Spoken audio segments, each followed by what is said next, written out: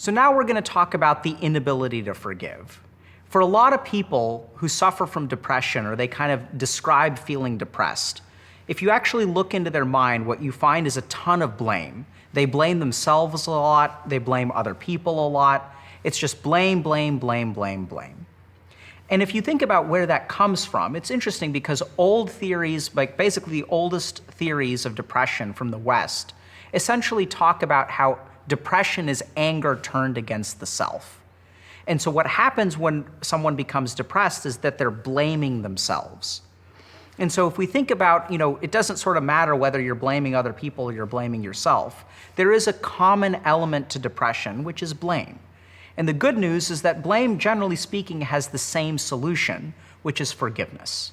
So now what we're going to do is understand a little bit about where this blame comes from so that we can find the path to forgiveness. So the first thing is that in depression, we tend to blame ourselves, and we blame ourselves for one of two reasons. One is that we were either taught to blame ourselves, we were programmed to blame ourselves, or conditioned to blame ourselves, or we actually blame ourselves to protect other people. And that's kind of subtle, but it's really fascinating once you uncover it.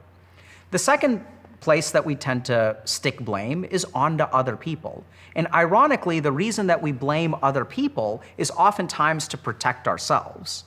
So it doesn't really matter which way you blame. Chances are that if you're blaming yourself, you may actually need to assign that blame outside of yourself. And if you're blaming other people way too much, maybe you need to take a closer look at yourself. So let's jump in and start talking a little bit about blame. So a lot of times the reason that we blame ourselves is literally because we were taught to blame ourselves. I see this a lot in people who had very, very strict or abusive parents, where the parents would kind of, teach you that it's your fault. Why are you so stupid? Why are you doing things this way? Why can't you be better? And a lot of times, people in our life when we're growing up will be really, really harsh with us and will teach us that it's our fault. So let's take a closer look at self-blamers and specifically look at how people can be conditioned to self-blame. So we're going to start with an example of a patient that I worked with who unfortunately had a pretty rough upbringing. So she's doing pretty well now, she's an influencer, but when she was growing up, her mom would always tell her that she was the reason why her mom lost her modeling career. So it turns out that her mom was a model, and so she emphasized all kinds of stuff growing up like appearance, but also actually blamed her daughter for costing her her modeling career. And she was like, pregnancy destroyed my body, and you're the reason that, I don't have a career anymore, and I was doing so well in life, and it's kind of all your fault. And she wouldn't always be like this. Her mom actually, a lot of times, was a super decent human being, but it turns out that her mom had a drinking problem. And her mom sort of, she would drink about 6 bottles of wine a week, but would actually blame her daughter for losing her modeling career as opposed to her drinking problem. And that the reason her body actually wasn't in great shape probably doesn't have as much to do with pregnancy and probably has to do with the colossal amount of alcohol she's drinking. But growing up, if you're a 4-year-old child and you're a 5-year-old child, you don't understand those nuances, right? All you hear is that it's your fault that mommy's life is ruined. And so as children, our minds get programmed based on what we're told, what we're taught. If we think about how we learn which language to use, we learn the words that we speak through listening. And so children can oftentimes be taught that it is their fault. And once we're taught that, that kind of thinking echoes in our mind like a parrot. And so what I found with this patient is that she would tell herself what her mom used to tell her. It would almost be her mom's words in her own voice, bouncing around inside her head. So sometimes when people feel depressed and they blame themselves, we have to be really, really careful because it may not actually be your fault. And you have to be really, really careful because some people blame yourselves, and you may be blaming yourself simply because you were taught to blame yourself. And I've seen this in all kinds of other manifestations. I even had a patient whose parents were super into health food and eating super healthy. So anytime he had a kind of emotional problem, his parents would blame things like gluten.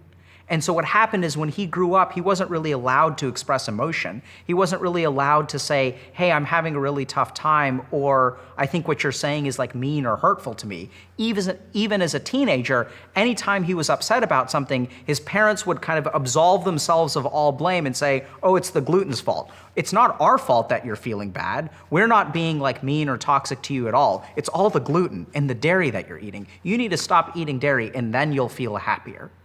And so all kinds of experiences that we have when we're growing up can actually teach us that we're to blame. And as long as we sort of have that kind of thinking pattern going on in our mind, we're going to feel depressed. The second reason that people blame themselves, bizarrely, is to actually protect other people. And I know it sounds really weird, but if you think about the people that you love and they wrong you in some way, it can feel incredibly guilty to blame them for wronging you. And it can feel like you're ungrateful. It can bring up all these different kinds of feelings. And this is also best illustrated with a patient that I worked with. So I had a patient whose mother was suffering from a debilitating neurological disease. So since the time she was about 5, her mom started to neurologically decline. And so she has a lot of memories of, mom had difficulty walking, and then mom started being in a wheelchair, and ultimately mom was bedridden, until at the age of about 8 or 9, her mom finally passed away. And so that was kind of bad and traumatic enough, and it was really hard on everyone in the family. It was hard on her sibling, and also really hard on her dad. And so in order to cope with this, what her dad would do every day after work is he started going to a bar and sort of drinking for a couple of hours before he came home. And when she wound up in my office sort of suffering from depression, I would kind of ask her, can you tell me a little bit about your dad? And she'd say, yeah, it was really terrible, but he did the best that he could. And she sort of was very compassionate towards her dad, that, here her dad was watching her mother, the woman that he loved, the woman that he had chosen to marry, his high school sweetheart, wither away from a debilitating neurological disease and ultimately die. And that must have been so hard on him. And he did the best that he could. And one day I was sitting there in the office and I kind of asked her, I was like, I noticed that whenever I ask you about your dad, you say that he did the best that he could, but you never say that he did a good job. You never say that you had lost a mom, and instead of losing just one parent, it sounds like you kind of lost 2, right? Because dad used to come home every day after work, and now not only is mom gone, but dad's drinking for a couple of hours and then shows up when it's bedtime. And so it was really hard for her to kind of admit, and that really rubbed her the wrong way when I kind of pointed that out, because she was like, he did the best that he could. But eventually she was able to sit with the idea that actually it wasn't okay that her dad did that actually her dad had really disappointed her and really let her down. That her and her sibling, when they needed their dad to step up and be 2 parents, he became half a parent. And so it can be really hard for us to admit that to ourselves, especially around the people that we love. And what we can discover is that a lot of the times the reason we blame ourselves for problems is to actually protect other people. And that becomes a real problem because it also can create this cycle of frustration, because if I blame myself for something that isn't my fault, it can be incredibly impossible to fix. Because if it's not my fault, then how can I possibly fix it? But I choose to blame myself even though someone else is responsible. And if I'm to blame, then I have the power to fix it, which is an incredibly sort of invigorating and empowering way to look at life, right? So if I say that it's all under my control, I'm the only person to blame, I'm gonna protect other people from blame, and therefore I can fix my life.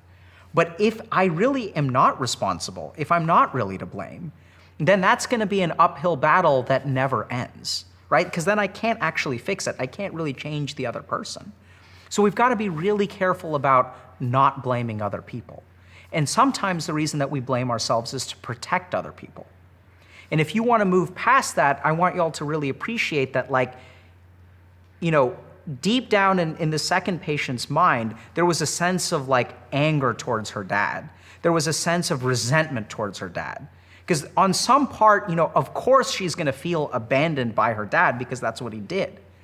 But she buries that regret in her unconscious mind by protecting him, by not blaming him, by being compassionate towards him. And then what happens is that regret is like, it's like an infection that's in her unconscious mind that creates the depression. And you can't fix the infection. You can't really target it because you're trying to bury it as hard as you can. And so then the next thing is, how can you actually forgive your dad if you never blame him? Because subconsciously the regret is there. And so one of the first steps to forgiveness is actually assigning blame in the right way. And it can be really challenging because as we start to blame those that we love, which is absolutely necessary in order to forgive them, right? We have to say, Dad, what you did wasn't right, and I love you anyway, and I forgive you anyway. But as long as we're protecting Dad, we can never say those words. And ultimately, that's what she had to do. She had to blame him so that she could one day have a conversation and say, hey, I felt really, really like abandoned by you. And I felt so lonely in those next couple of years when Mom passed away. And I forgive you for it. And that's really when you can get free of that depression. And blame doesn't just have to be directed towards the self. It can also be misdirected towards other people to protect yourself. So we can kind of see it both ways. And we see this too with people that I work with in terms of how they feel depressed and how they're kind of focused on blame, is that they blame everyone else. They say, oh, my life is a complete mess, and it's all my parents' fault. My parents weren't nice to me, and they didn't give me these opportunities, and they didn't teach me how to study, and they didn't teach me how to work hard, and they didn't teach me to be disciplined, and it was this person's fault, and that person's fault, and this person's fault. And if you really look at what's underneath that, if you think about the people in your own life who tend to blame other people, whose fault is it usually? It's usually their own, right? That blame that they send towards the outside world is actually misdirected from themselves. It's actually to protect themselves because they can't handle the idea that it's actually their own fault. And so you've got to be really careful about this because this too prevents you from forgiving yourself. So if I blame the rest of the world for my problems and deep down I really know that it's my fault, I can't actually forgive myself.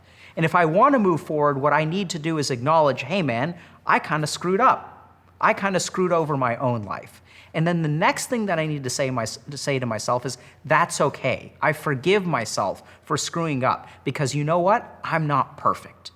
And once you forgive yourself, then all of that negative energy which holds you back starts to melt away. Then you can actually start to move forward. But in order to do that, you have to start by not blaming other people and looking at what you actually own, what's your responsibility. And so once we start to admit to ourselves that we are actually the cause of some of our suffering, then we can actually forgive ourselves and we can move past blame. So if we think about blame, it's a huge part of depression. Remember that depression is anger turned against the self. And a lot of times we blame ourselves. And the reason that we blame ourselves are either because we were conditioned to blame ourselves or because we're actually trying to protect loved ones. And on the flip side, sometimes we blame the people around us to try to protect ourselves.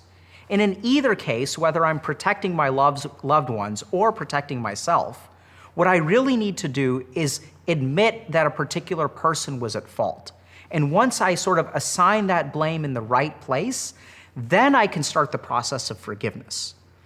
So assigning blame to the right place is the first step to opening the door to forgiveness. And we'll teach you guys a couple of other techniques about how to digest these sorts of samskars that form, as well as meditation techniques to start to learn how to forgive yourself. The challenge is that when you assign the blame to the right place, a bunch of negative emotion is going to come up. Because remember, why is your mind assigning the blame to the wrong place in the first place? The reason it's doing that is to protect you from that negative emotion. So if you want to, if you blame yourself for something that isn't your fault, remember that when you start blaming someone else, you're going to feel a ton of guilt.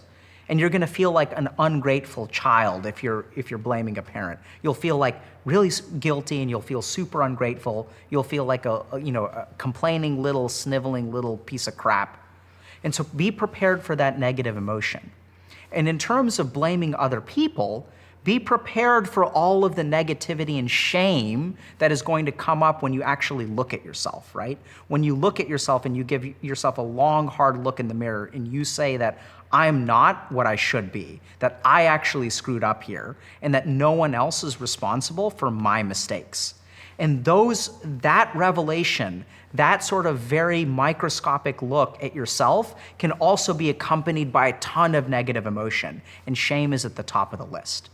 But at the end of the day, that pent-up negative emotion, whether it's resentment or guilt or shame, is what keeps us in that depressive mindset. It's why we feel so burdened and negative in our mind every single day. And it's just underneath the surface. It's like an animal that's kind of died in your walls and is starting to stink up the whole house. Those negative emotions, even though we're not aware of them, pollute our entire mind. And in order to clean them out, we have to figure out where they are first. And so if you understand that blame is a big part of depression, and you blame the right person, that could be yourself, it could be other people, then you can really start down the path of forgiveness. And what we'll do is teach you a little bit about how to digest these samskars, and we'll also teach you particular meditation techniques that are oriented at cultivating the parts of your brain that will allow you to forgive.